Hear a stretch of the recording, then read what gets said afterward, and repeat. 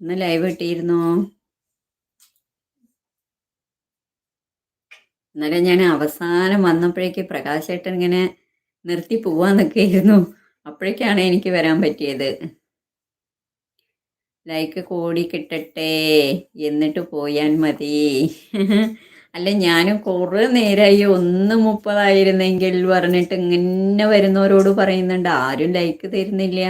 ഒരു 30 മതിയായിരുന്നു പറഞ്ഞിട്ടേ. ലൈവ് കഴിഞ്ഞോ പ്രകാശേട്ടൻ്റെ?